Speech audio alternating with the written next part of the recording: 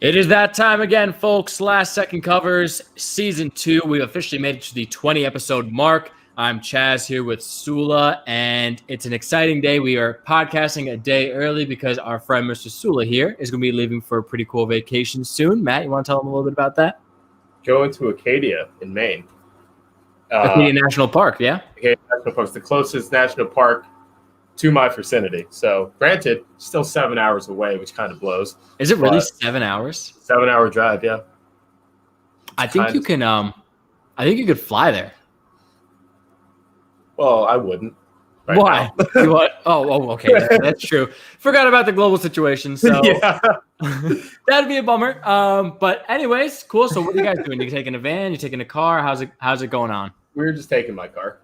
Nice. So, yeah. We're going to stop in Boston Thursday night. So, like, halfway, 3.5 hours. Boston, 3.5 hours. Like, it'll be fine. Not bad. Yeah. Well, there you go. So that's why we were recording this episode on Wednesday rather than Thursday. We'll still be coming out if you listen on the podcast on Fridays. But just a little early, double trouble if you're a Patreon subscriber. Got that YouTube link early. So welcome. Join the club a day early. But we still have, even doing this one day ahead of schedule, a lot to cover. We will kick it off with our last second covers of the week, as we do now that we have sports back officially. And then we're going to move into some craziness that's gone on in the NBA bubble. In the last episode, we were only in the cusp of what the bubble was, and it's gotten sincerely, absolutely batshit crazy since then. So we got some bubble recap going on before the regular season winds down. We'll move into our rumor mill, and then a discussion on college football and the absolute disaster that has turned out to be so far.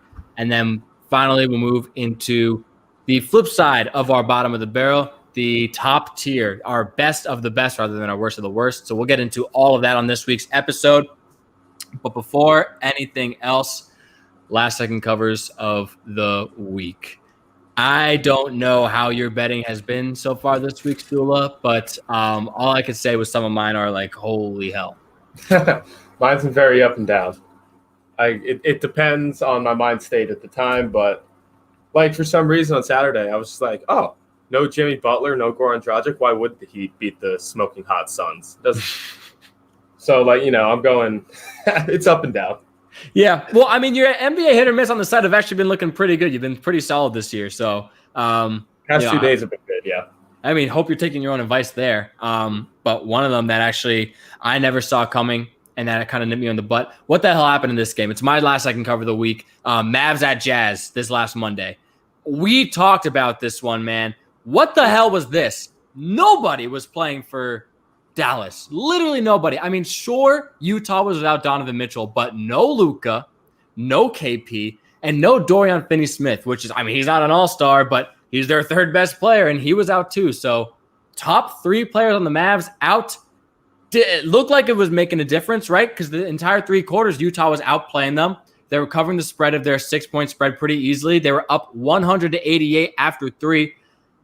But games aren't 1 3/4, right? You got to play all 4, and I think Utah forgot that because Dallas in the fourth quarter went smoking guns, outscored them 34-14, 20-point differential, and not only did Utah not cover the 6-point spread, which was to my complete amazement, they fucking lost the game. They lost by, 122-114. They lost by 8 to Dallas's G League team. It's not even Dallas's starting squad. I mean, so I think you could tell by this one, I lost some money. Did not have a fun time. It was not a good time for me. And I got to just say I'm pretty stunned by that fourth quarter. I was absolutely stunned because the last time I checked the game, I think they were in the either halftime or the third quarter. And Jazz were up, I think, 70-58. And I was like, oh, easy money. Like, it doesn't get any easier than that. And then I think on Monday? When was this game? Sunday? Yeah, Monday the 10th. It was on Monday. I think you had to actually tell me that they lost. And I was like, what do you mean? I had no idea what you were talking about. Like, what do you mean they lost? No, it's truly astounding. They were up at the end of the third, looking pretty good, and you would think after that the game's over, right? I mean, Dallas has no one left on the team. Wasn't the case. Yeah, shows you anything can happen in basketball, but you would think a team with the defensive player of the year and a bunch of other very solid players would be able to put away a team of G Leaguers, as you said. Yeah, I mean, listen, I know they don't have Donovan Mitchell, but they had, like you said, Gobert, Defensive Player of the Year. They still have Mike Conley. They have Joe Ingles, who's not that bad. I like Joe. Yeah, he's pretty decent. What is he, Australian? Oh, I couldn't tell you. I think he is, and that's pretty cool. So a little added benefit there. But yeah, I just couldn't believe it, man. I had Jazz -6. I had them money line. They lost them both. So pretty infuriating there. So that is my last second cover of the week. But what have you got? What kind of grinded your gears? I'm gonna go from last night. We're gonna stick with the Mavs, actually. Okay. We're gonna go Blazers and Mavs, where Damian Lillard. Career night, 61 points. He's been on an absolute tear. Oh, my God, dude. But the spread for this game was actually 3 points, which you would honestly think the Blazers at this time they've been red hot, that they would be able to cover that against the Mavs.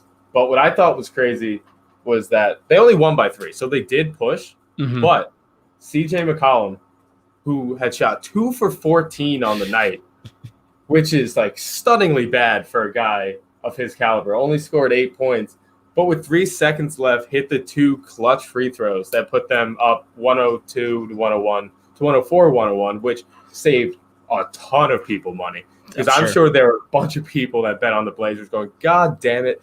I bet on the guy, the two great shooters, one like probably one of the best. It's backcourt, right? For the Oh, yeah. Front. Yeah, no. So basketball terminology. Yes, exactly. Guards backcourt. So probably one of the best backcourts in the league. You have Nurkic, who has been like incredible ever since he came back. So you thought you were going to lose, but I mean, the 2 free throws that he hit was just massive. Not to mention, they smashed the over. Yeah, they did.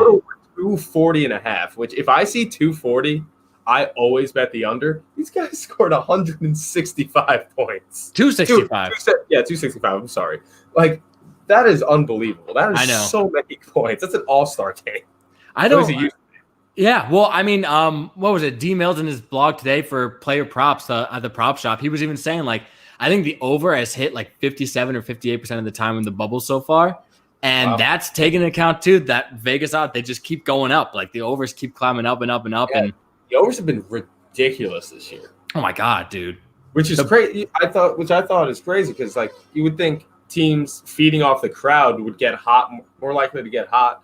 They can score more points, but I guess there's such a thing. It's just like you don't have thousands upon thousands of eyes on you. There's not as much pressure.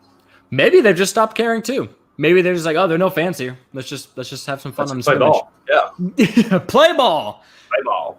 But yeah. Pretty good last second covers there. I'm assuming you pushed on that bet? Yeah. Okay. Yeah, that makes sense. The Blazers.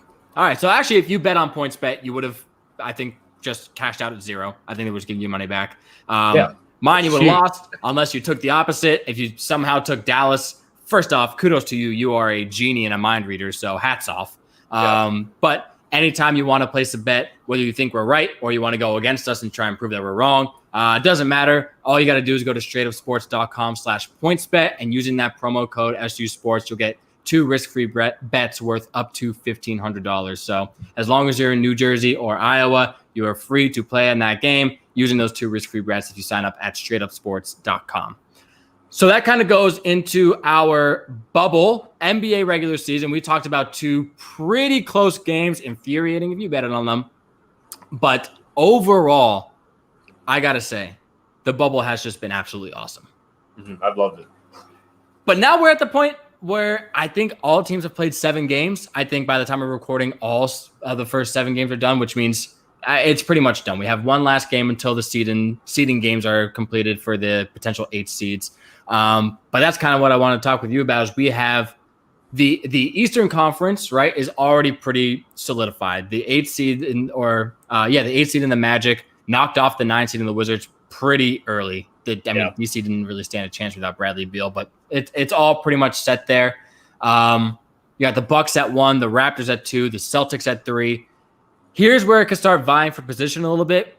It goes Heat, Pacers, Sixers, but they're all within a couple of games of each other. So he could drop down to 6. Pacers can move up to 4. Sixers can move up to 4. Sixers could down to 6. I mean, it's all over the place. But after that, the Nets and the Magic don't really have any shot of moving up or down. They're locked at 7 and 8.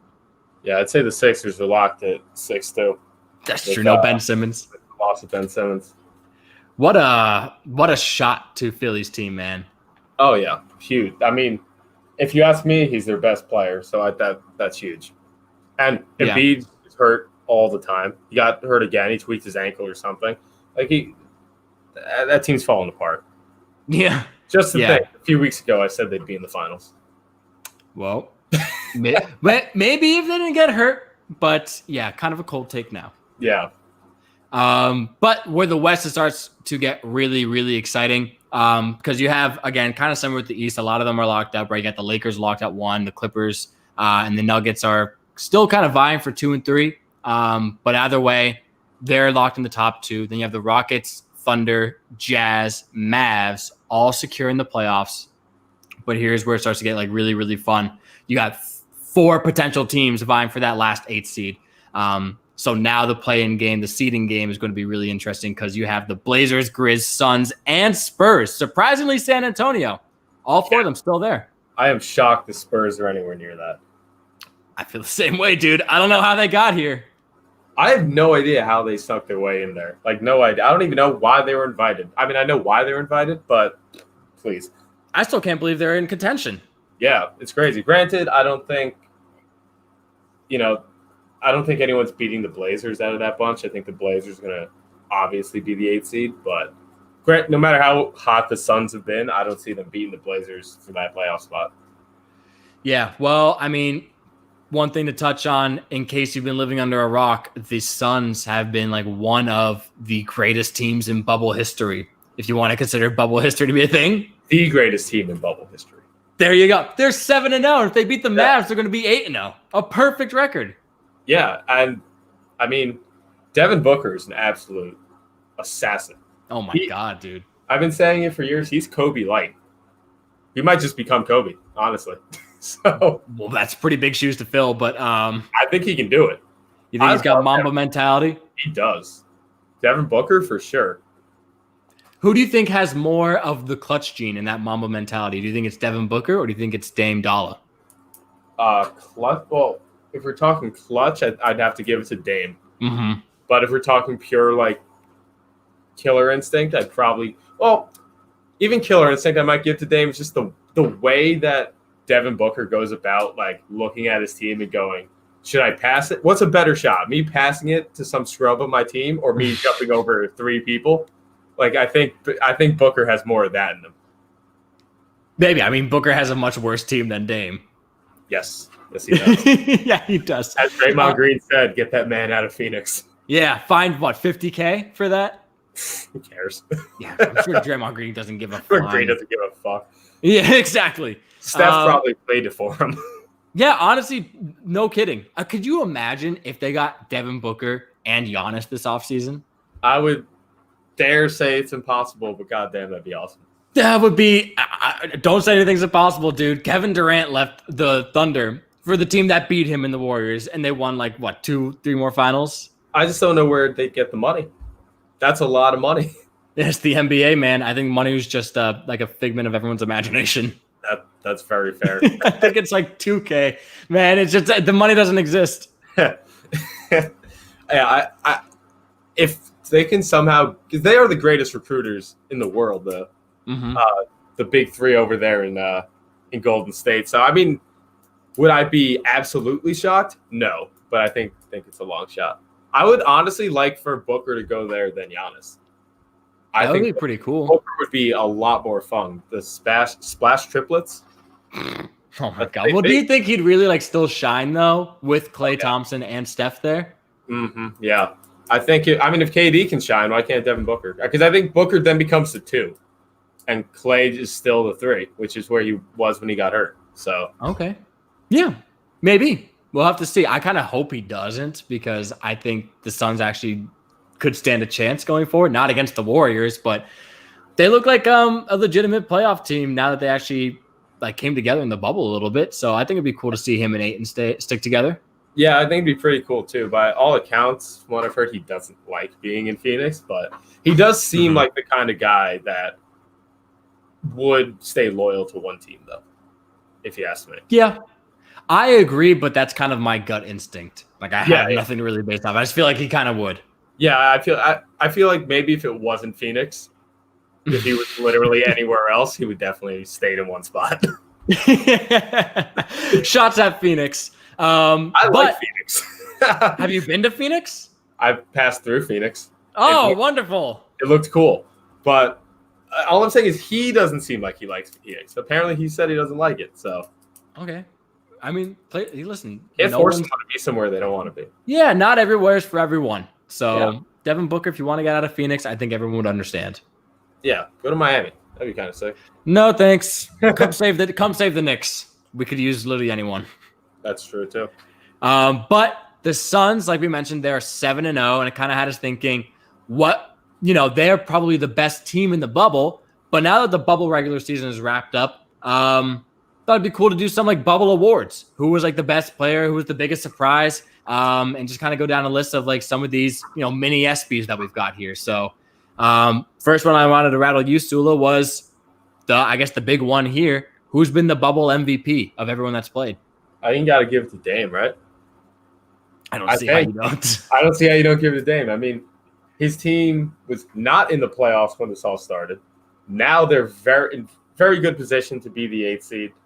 I mean, he just came off a 61-point game. Like, I think that's the highest scoring game in the bubble. I'm not mistaken, yeah. But I mean, he's just been on fire, especially the past like week and a half.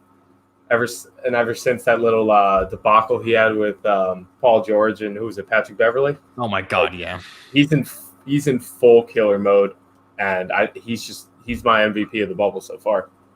Yeah, I can't disagree with you. Did you see what Adidas did today too with Dame sneakers? Yeah. That was awesome. Yeah, everything's $61.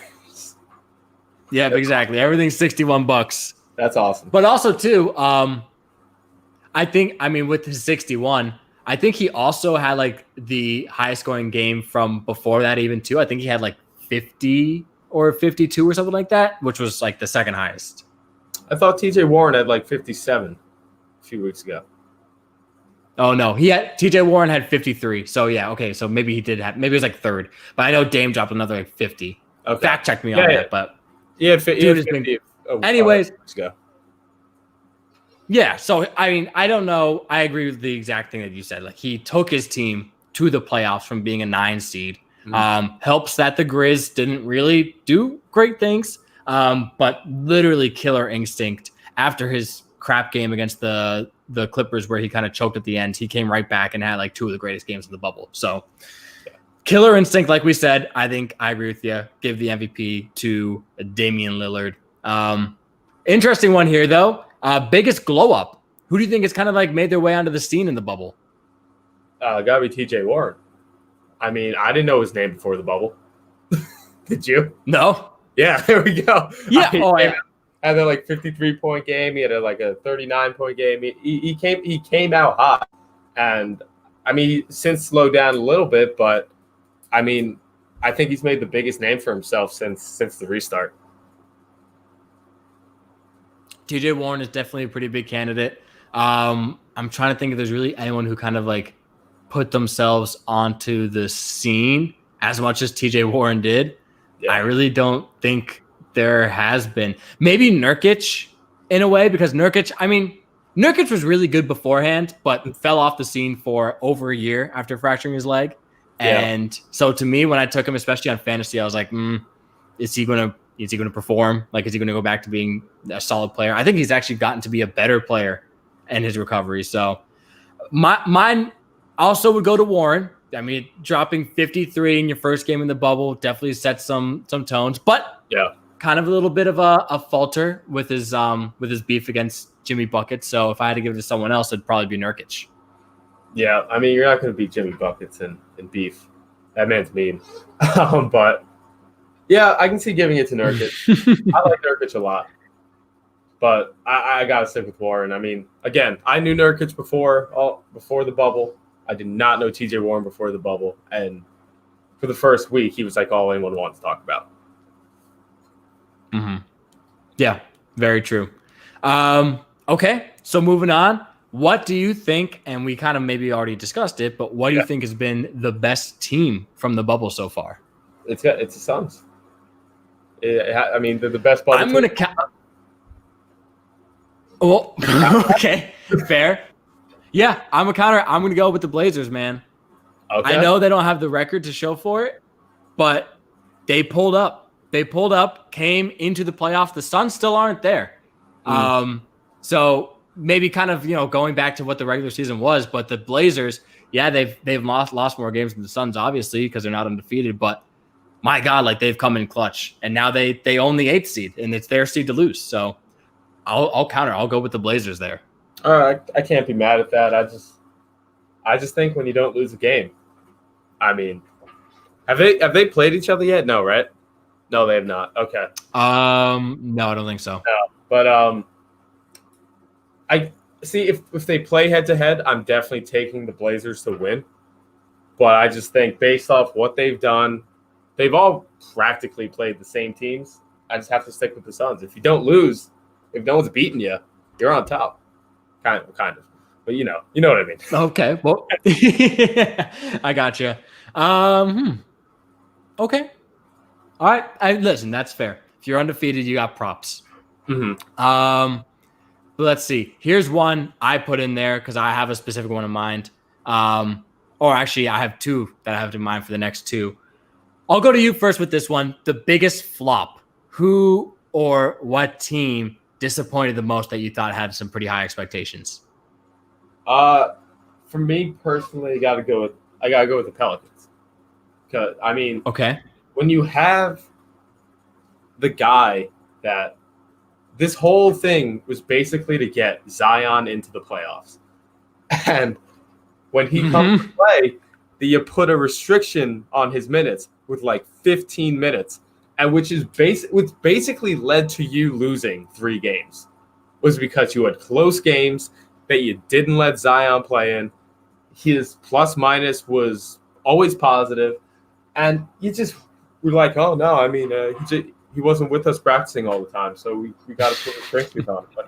But why are you being so fucking dumb? What's his name? Alvin Gentry? Yes, Alvin Gentry. Yeah. Like, how can you be so? The whole thing was to get your team in the playoffs, and you basically told the league to go fuck themselves by not playing this kid. Basically told the kid to do that too. Yeah. Well, yeah. Okay. So Alvin Gentry, he's on the hot seat, and I'll talk a little bit about why in our next segment. But yeah, Pelicans obviously were out of the playoffs pretty early in the bubble, which was a big disappointment. I, like you, thought that Zion would at least make some noise. My biggest flop, though, I'm going to go with the Memphis Grizz. 1-6 in the bubble, had the 8th seed, and choked it away. They had the 8th seed by they had, I think, a 2 or 3 game lead over the Blazers. Yeah. And went 1-6. You literally had to go 500. 500 would have secured you the 8th seed. 1-6, probably going to be 1-7. They're not making the playoffs. I'd be legitimately, insanely shocked if they snuck their way into the playoffs, considering what's happened. I know it's tough when Jaren Jackson Jr. goes down with the torn ACL. Like, there's no denying that. But other guys that I thought would step up, like Brandon Clark, Dylan Brooks, Ja, for instance, Rookie of the Year, he's been playing pretty well. But the Grizz have, well, the record says 1-6. And when you're 1-6, you're not going to make yourself into the playoffs. So I really thought that Memphis had the 8th seed locked up, and to see them just slip and choke it all away, that to me was just outstanding. Yeah, they were my runner-up pick for sure, because I mean, again, as you said, when Jaren Jackson goes down, it's a huge loss. But you would have thought that the Rookie of the Year could have done a little more. Jonas Valanciunas could have done a little more. Like, I don't know. I mean, granted, it is tough in this format because you are a bottom seed, basically only playing other playoff teams who, when you think about it, you're not supposed to beat. But Yeah, I expected a lot more out of the Grizzlies, honestly. Yeah, well, at least to go 500, right? You could at least say this: if you're not going to go 500, you don't deserve to make the playoffs. I can agree with that. I'm on board with that. Yeah. So here's the last award. Oh, sorry, go for it. I was going to say someone should out to the NFC East, but I don't know if they're going to get the memo. Yeah, well. Anyhow, here's the last award. Most annoying team or player. I put this one in, kind of snuck it in because I had one person come to mind for myself. I think the most annoying player so far in the bubble has been Patrick Beverley. He hasn't played a single damn minute and is the most annoying player by far. Literally chirping Dame throughout the entire fourth quarter, acting like he's hot shit, but he hasn't played a single minute. Like, okay, so I take that back. He played maybe like 1 or 2 games at like limited minutes. So what? Like, you haven't been doing anything. And then Damian Lillard has been dropping 50, 61. You just look like a clown if you're going to go up, oh, we beat the Blazers and we got our revenge. No, you didn't, because he's going to whoop your ass in the playoffs again. Yeah, I mean, I will say it's very on brand for Patrick Beverley to just be very annoying. He reminds me of like when like in football when a quarterback will like throw it 50 yards out the end zone, but the quarterback still like struts like he did anything. Like that's the kind of guy that Patrick Beverley is to me. But he was actually my pick too. So I completely agree. Okay. Like, he is. I never really liked Patrick Beverley. I like that he's annoying on defense. But outside of that, he talks so much. He talks like he's a top 10 player in the league. He's not. He should. It's shocking to me that he like doesn't know that. Like he actually, I'm pretty sure in his head he actually thinks he's one of the best players in the league. You have to think that, right? If you're going to be talking all that shit. But like Dame's the kind of guy that I feel like if he wouldn't get suspended for a few games, he would pop Beverley right in the face. Like, and I wouldn't blame him. I think he should. Like, am I cutting out? Oh no. Oh, okay. We refurbished. Where'd I lose you? I don't know. Name of the game, man. That's the live stream over the internet.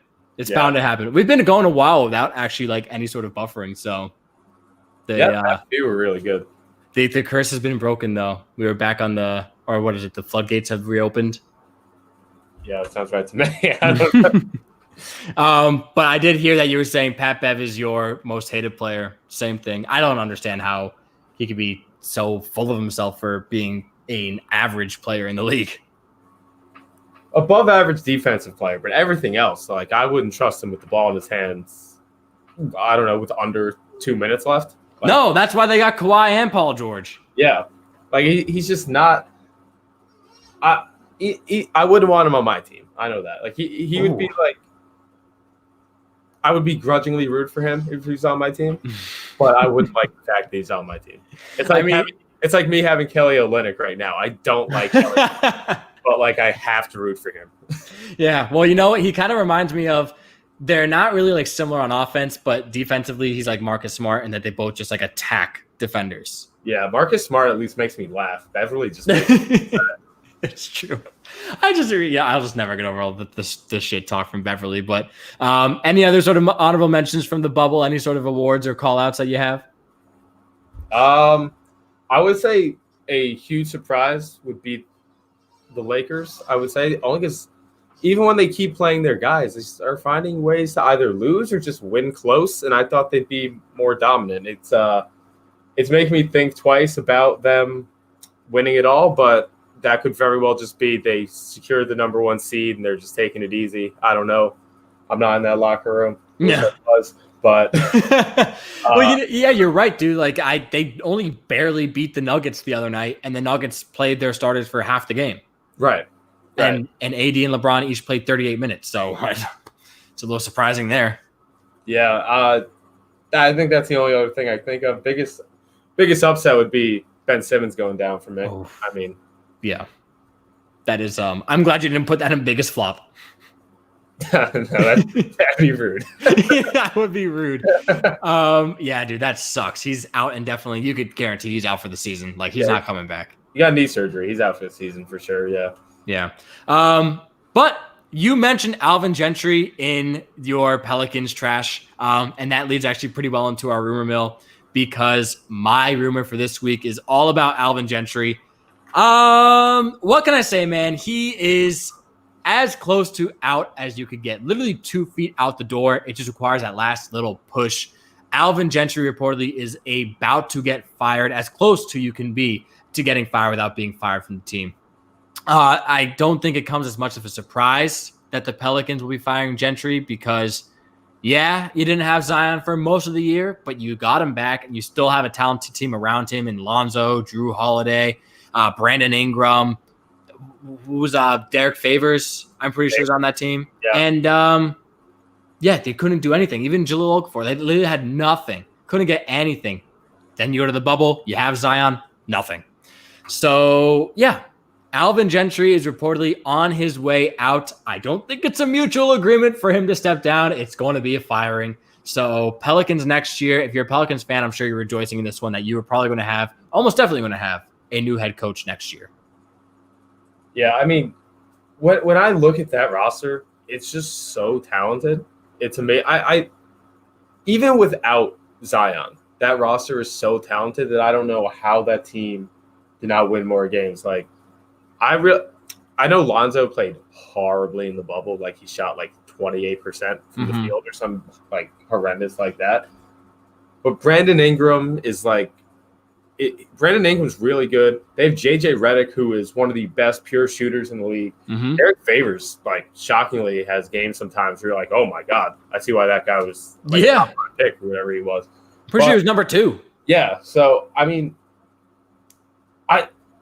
where was Gentry before this? Who was he the coach of? Do you know? Oh, it doesn't ring a bell to me. It doesn't. Maybe the Grizz? Maybe.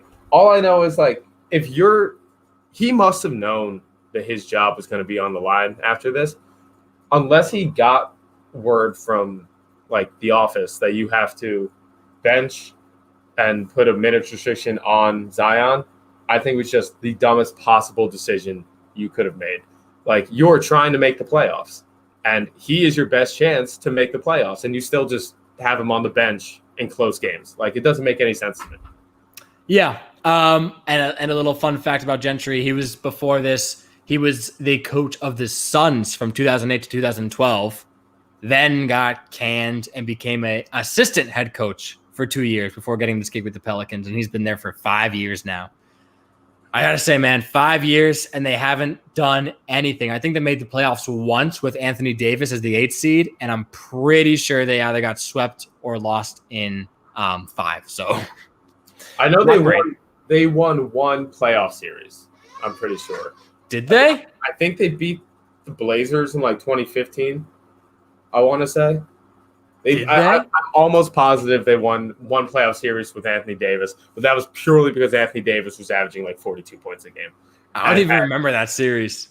Yeah, I'm like 85% sure. Okay, that's a solid B.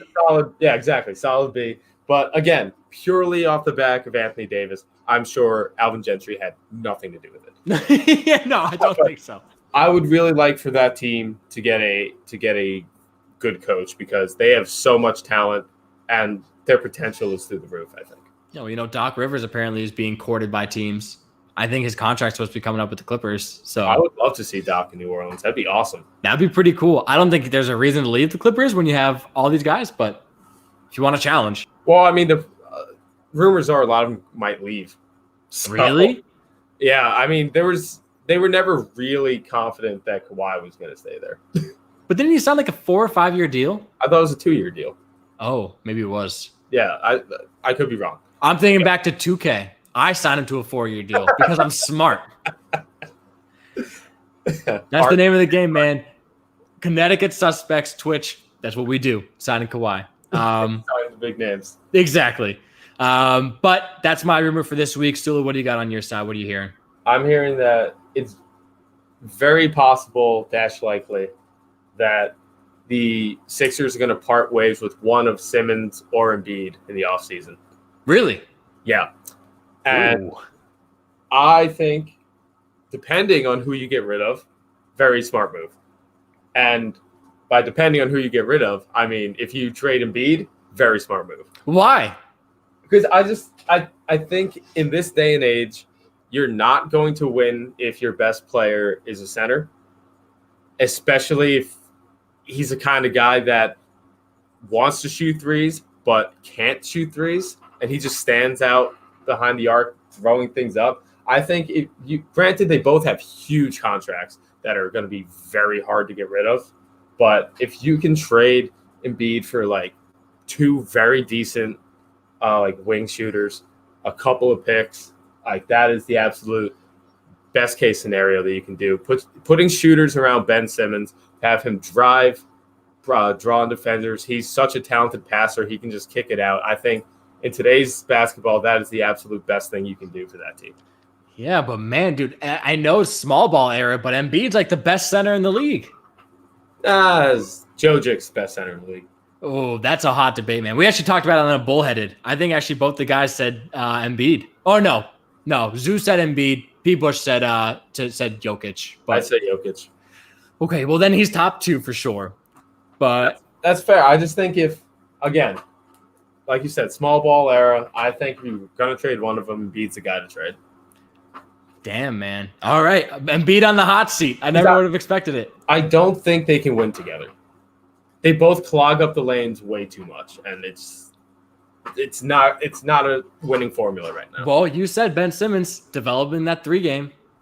Yeah, but it's never going to be like a lethal 3-game. It's going to be like when they're sagging 15 feet off of him and he finally says, okay, I'm comfortable shooting that.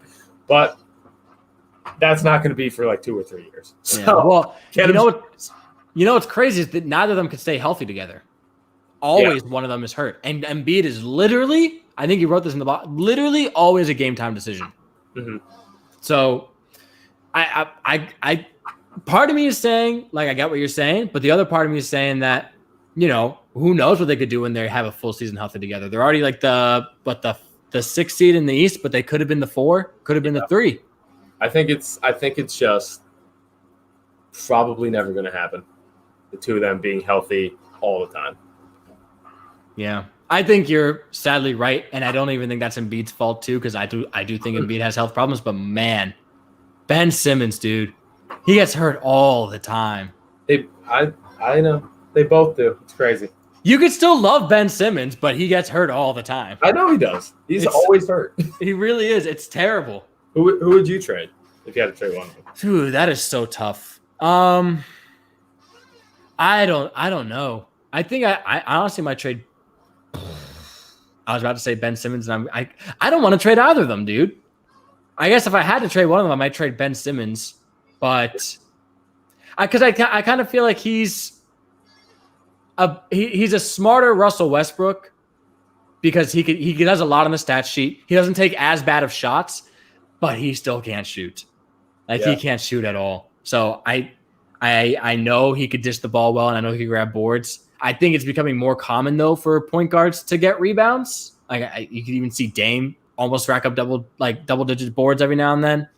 Just kind of the name of the game, the small ball era. But if you can't shoot, I feel like it's just so tough in the NBA, especially with everyone shooting the ball like lights out. Yeah, they should trade him to New Orleans. That would be crazy. That'd be if you're gonna trade Ben Simmons, put him in New Orleans. You can probably trade him for Lonzo and Ingram. No, dude, bring Drew Holiday back. Make it a reunion in Philly. Get Drew back? Yeah, I just kind of want to see Ben Simmons with Zion and then JJ in the corner. That'd be actually pretty cool. Yeah. But yeah, man, if you trusted the process and then trade the process, damn, dude. Listen, if people are still trusting the process, it's time to give up. They're right there, though. They're right there. They're not. Yeah, I know. They're not going to win the East. No. So yeah, we'll see what happens there. But before we move on to college football, just a little bit of an ad break. We do a lot of sports betting on this podcast. As you could tell, last second covers. That's what we do.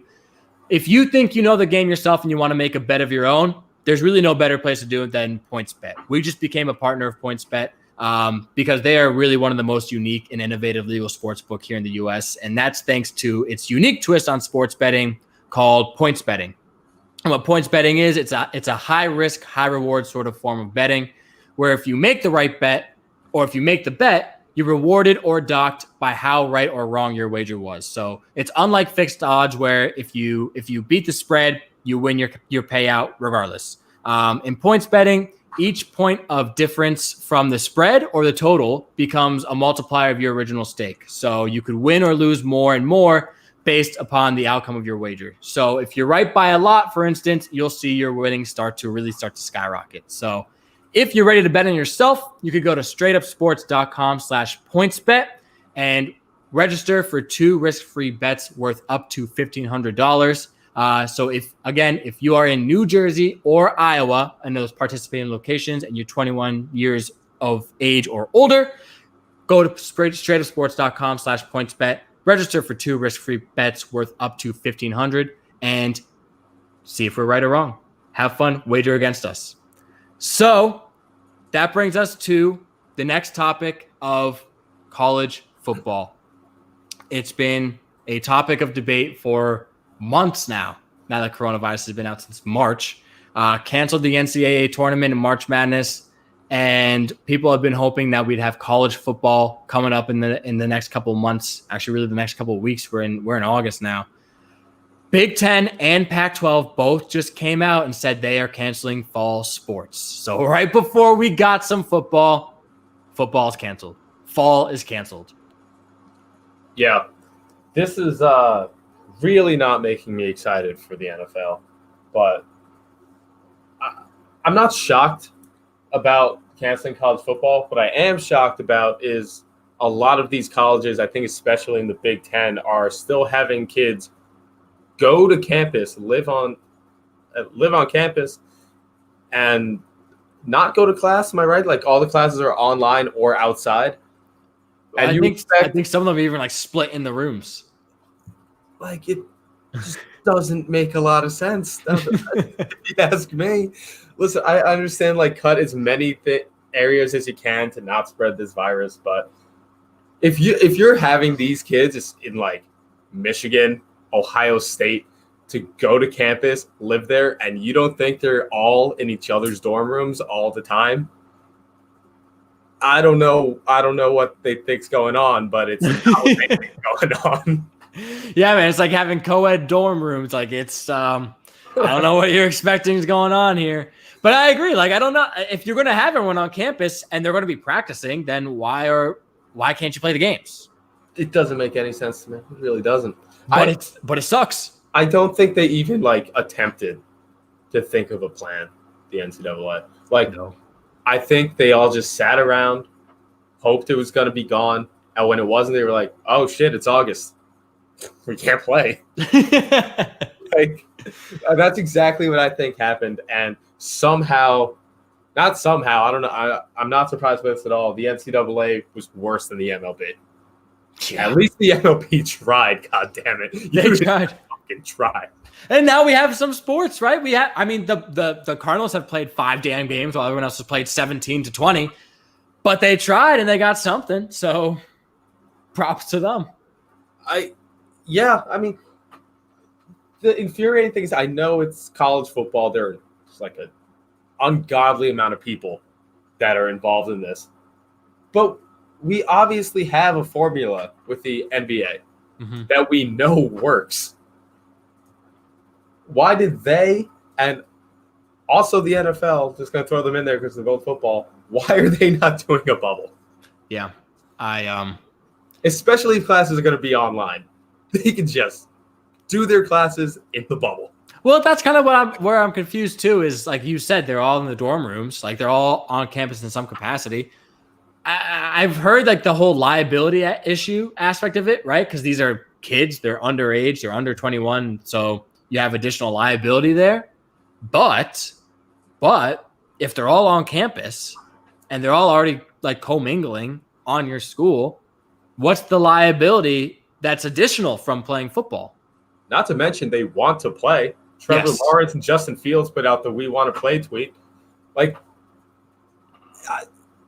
I understand we're in a pandemic. It's a bad virus. It is killing people. But if you can get these kids to like sign a waiver or something, being like, this is not on the NCAA at all. I want to play this, and that. Just do it. Well, I will say too, Again, it's very selfish of me, but still. Well, I'd say I would like the kids to sue the NCAA for everything they got because they are a massively corrupt organization. But agreed, we should have some college football. But because we don't, kind of a big question comes up with the NFL. There are two key aspects that they're talking about, one of which is just the implications of the draft. Do you think that like we're going to have a problem scouting players and evaluating players who aren't playing college football? Like, do you think that's going to be a big impact? I don't think it will, only because you have enough. The guys who are typically eligible, you already have 2 years of film on them. You kind of know who they are. Like, granted, you get guys like what's his name? Shit, he was at Alabama. I don't know. The quarterback, Jalen Hurts. Oh, Jalen Hurts. Okay. You get guys like Jalen Hurts who just kind of like, and Tua actually, who could like not play a whole season, but then have huge games. Then they all of a sudden skyrocket up a draft board.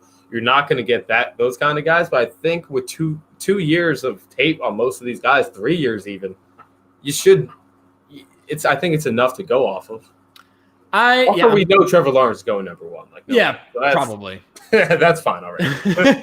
But I'm kind of torn on it, right? Because I agree with the cases of like you never know, or you already have the fill on these guys. You have something to go based off of, and two, when these NFL teams are evaluating players, they usually have like their own private workouts. They have the combine, and so that's also going to be there presumably next April. I don't think that's going to be going away. If it does, we have an even bigger issue at hand. But the other part of me is saying, you have these guys like specifically a Joe Burrow comes to mind, where he didn't really have a successful college career before he went to LSU, and he had a massive glow up in his last season. So he went from being, I think they were saying he's like a 5th rounder to the number 1 overall pick. Yeah.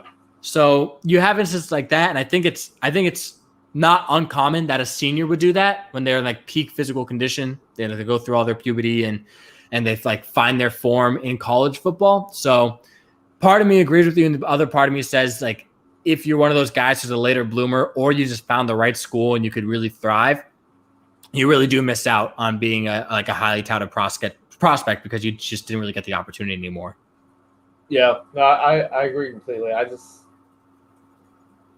It's going to be tough for some guys, like you said, in that exact position. But I think for the most part, I mean, granted, also every year there are a bunch of teams that just get it wrong.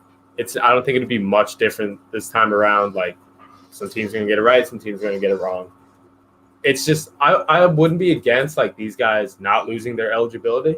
Mm-hmm. I don't think it'd be the worst thing in the world, but because I think a lot of them, if you tell them they can play for another year, I think a lot of them are just going to leave anyways. So true. Yeah, I mean, it's not an easy situation, very unideal, but it is what it is. But what's kind of cool, or at least pretty interesting, is because all these, I mean, not every conference is canceled, right? So Big Ten and Pac-12 said yes, they're canceling, but the Big 12 is still yet to announce. The SEC is still yet to announce, and there's speculation that they might actually play. Mm-hmm. But at least, what's that? ACC as well.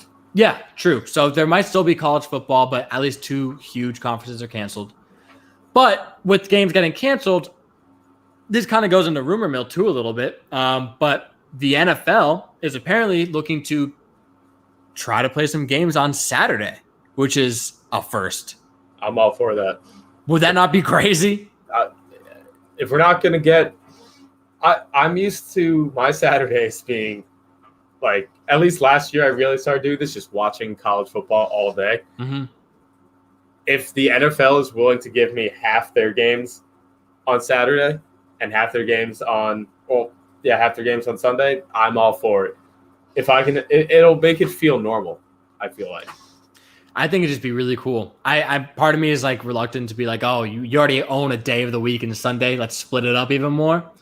But why not? Like, why not have the weekend be football? Because I mean, I don't really watch that much college football. I dabble, but being an Indiana fan, it's kind of tough because they stink all the time. But like, if we had NFL football on Saturdays, that would be even better. Like, you have double the trouble. So I'd be for the experiment. I heard ESPN and Fox are both interested in hosting it. So why not? Why not give it a go? I'm all for it. If it's for just this year, I'm all for it. Right. Yeah. Well, who knows what's going to happen next year? But if it works this year, then maybe they keep it going. I believe in Putin. We'll be fine next year. What? He's got the vaccine, he said. Oh, true. He gave it to his daughter. Yeah. Good. All right. Well, keep an eye on Putin's daughter. She is the trial. Also, patient zero, whatever comes out next. One. Yes, exactly. The chosen one. Yeah. But yeah, I don't know how this goes into the next topic, but top tier, I guess Putin is top tier. We have our best. Guy. What? Big revenge guy, Putin. Oh, even better, because that is our top tier for this week. It is the biggest revenge games, kind of like biggest rivalries, but biggest revenge games. So we're going to rank the best of the best when it comes to revenge. Really inspired here by the whole Dame Lillard PG-13 beef that was going on. So Sula, you pitched this one. Why don't you take it off first? What do you think is one of the best revenge games in sports? So this one's going to be a little longer than a game. It's going to be a full season because it's But it was known as the revenge tour for Tom Brady and the Patriots so initially for Deflategate, he was supposed to face his 4-game suspension 2015-2016 season. He appealed, didn't happen. So it happened in the 2016-17 season. Suspended the first 4 games, came back, just raised hell on the entire league, and as we know, came back, won the Super Bowl that year, made Goodell look him in the eyes and hand him the trophy, which I don't think he actually did because he's a giant loser. But I don't think there's a better revenge that you can do than having this guy who pretty much put a vendetta out against you, suspend you for 4 games, and then you make that man give you the most prestigious trophy in your entire sport. Pretty badass. Yeah. I don't really like Tom Brady or the Patriots, but that's pretty badass. Yeah, it was the revenge tour. That's all. So, revenge I can think of. I've got shoved it down his throat. Yeah. Well, I got a revenge tour of my own. It is this year's Houston Astros. Oh, yeah. So they obviously, unless you've been living under a sports rock, they were caught cheating on their way to winning the 2017 World Series, but also the subsequent 2 years after that. They've just been cheating for a long time. Pretty blatantly too. And once they got caught, all of baseball just pretty much like blackmailed them, like blacklisted them, blackballed them, not blackmailed them, but went after Houston. And you've been seeing it all this year. You have Joe Kelly throwing at Alex Bregman and Carlos Correa and then giving them the little pouty face as he gets suspended. I love Joe Kelly. Oh, amazing. I can't believe he was the one who got suspended. He just appealed. Yeah, well, he's going to lose that one. I think he shouldn't, but he's going to. But then you have the Astros bench coach who got suspended for I think 20 games or something like that for inciting a fight. But also, what's great is, what's his name? Jose Altuve, who's been their MVP for several years, is one of the worst players in baseball right now. He's batting 170. Yeah. And can't buy a base hit. Can't even get a walk. Can't even bunt. No, you know what you're talking about. You double bunted and he got out. Oh my God, dude. How do you do that? How do you hit the ball twice? That's where you know whatever God you believe in, he's not on your side. No, he's against cheating too. You had God lose the spread on something. That's true. But now the Astros are 7-10 from being the best team in baseball for 3 straight years, pretty much, to 7-10, and all of baseball hates them, and they look like they just can't get their shit together. Verlander's hurt. Greinke hasn't been close to what he is. Their team just is falling apart. So 7-10 Astros on their revenge tour, not for Houston, but for everyone else, all of baseball against them. Yeah.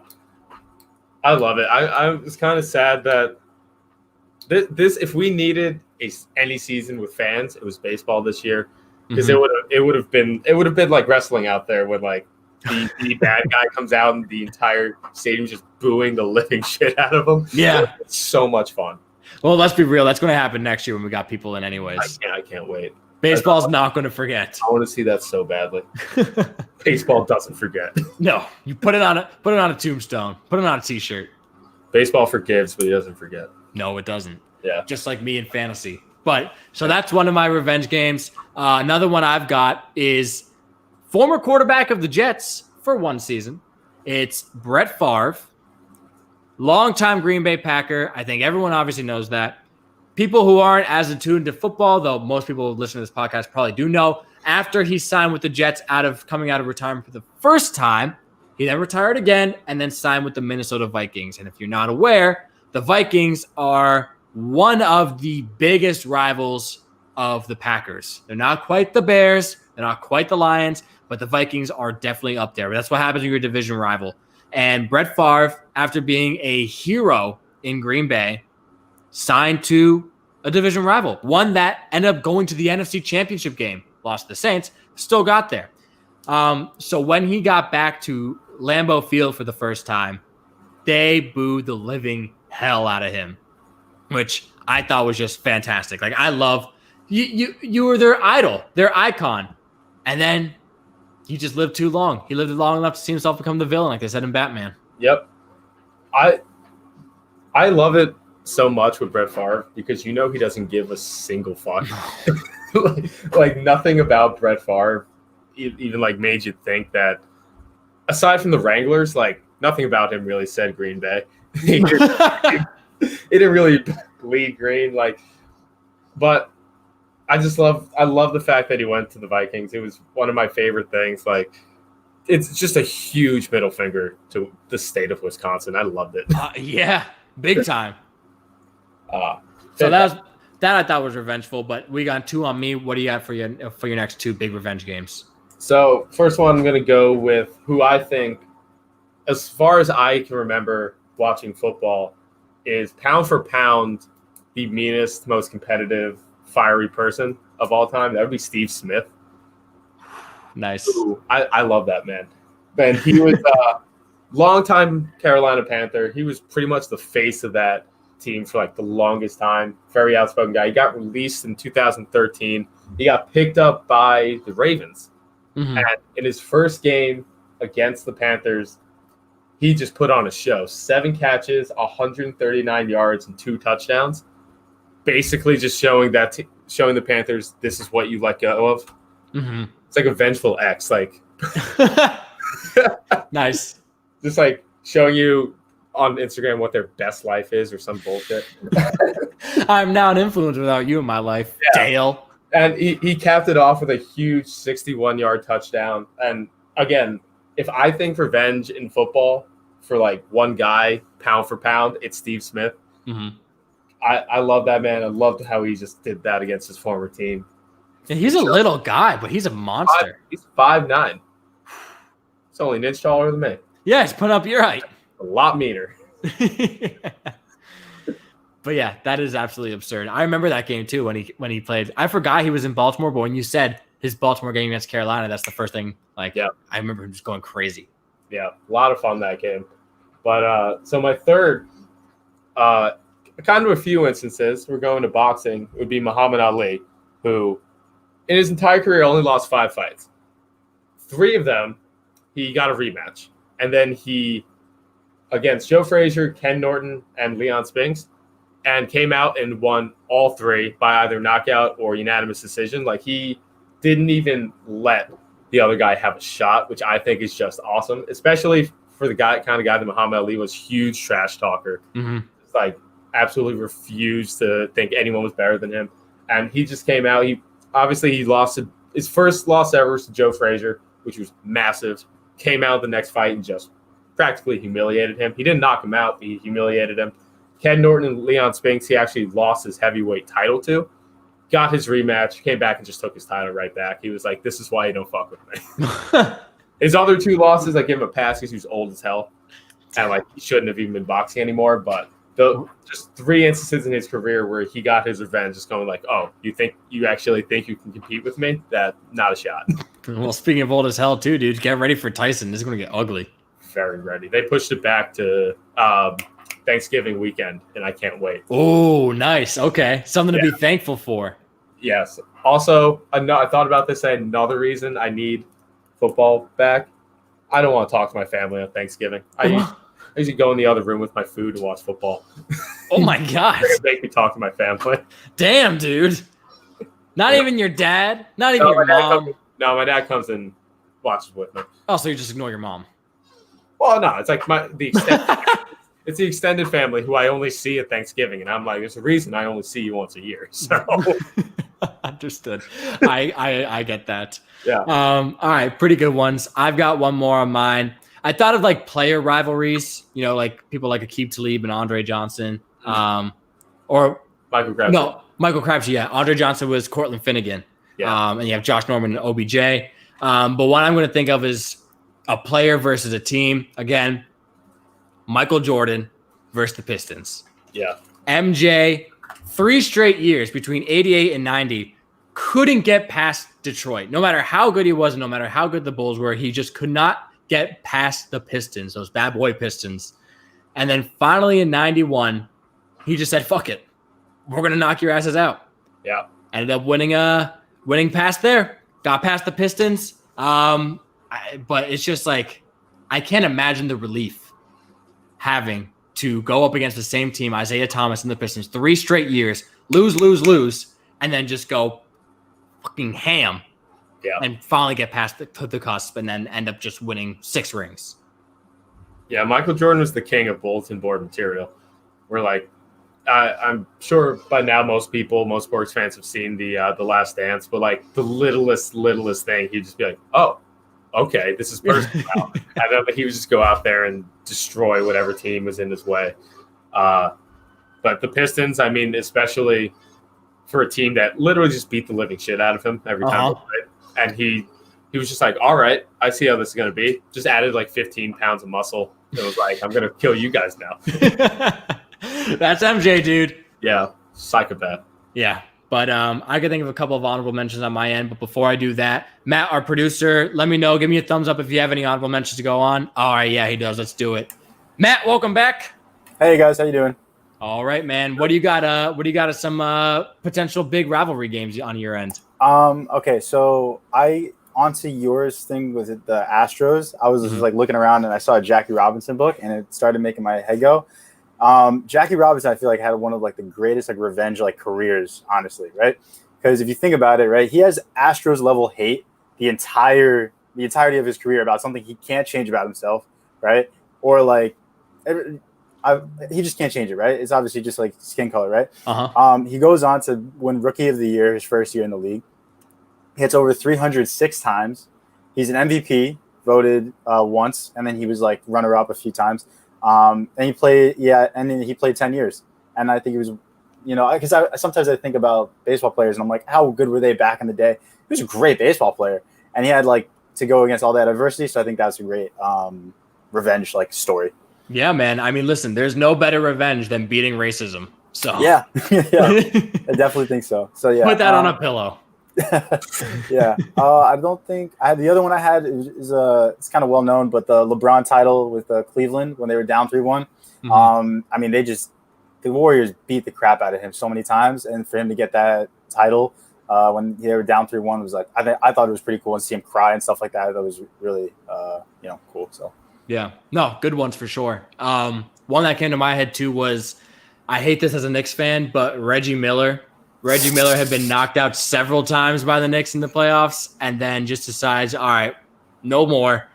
What was it? Was it 9 points in 8 seconds or 8 points in 9 seconds? Yeah. One of the two. Just stunned the Knicks, ended up taking that series to 7. I'm pretty sure they lost the next series in 7. I think, I don't know if it was to MJ or not, but they didn't make it very far after that. But to finally get over the Knicks hump and stun them in game 1 is, can you serve revenge colder than that? Don't think so. I don't think so. Yeah. Any other honorable mentions you guys could think of? Mine's kind of loose, but I thought of it. How loose? pretty loose. All right. I thought for some reason in 2008 when the Celtics beat the Lakers, and then you had everyone talking about if Kobe can do it, and then you had Shaq come out with that dumb song where Kobe couldn't do it without me, and he just comes back the next 2 years and wins 2 titles.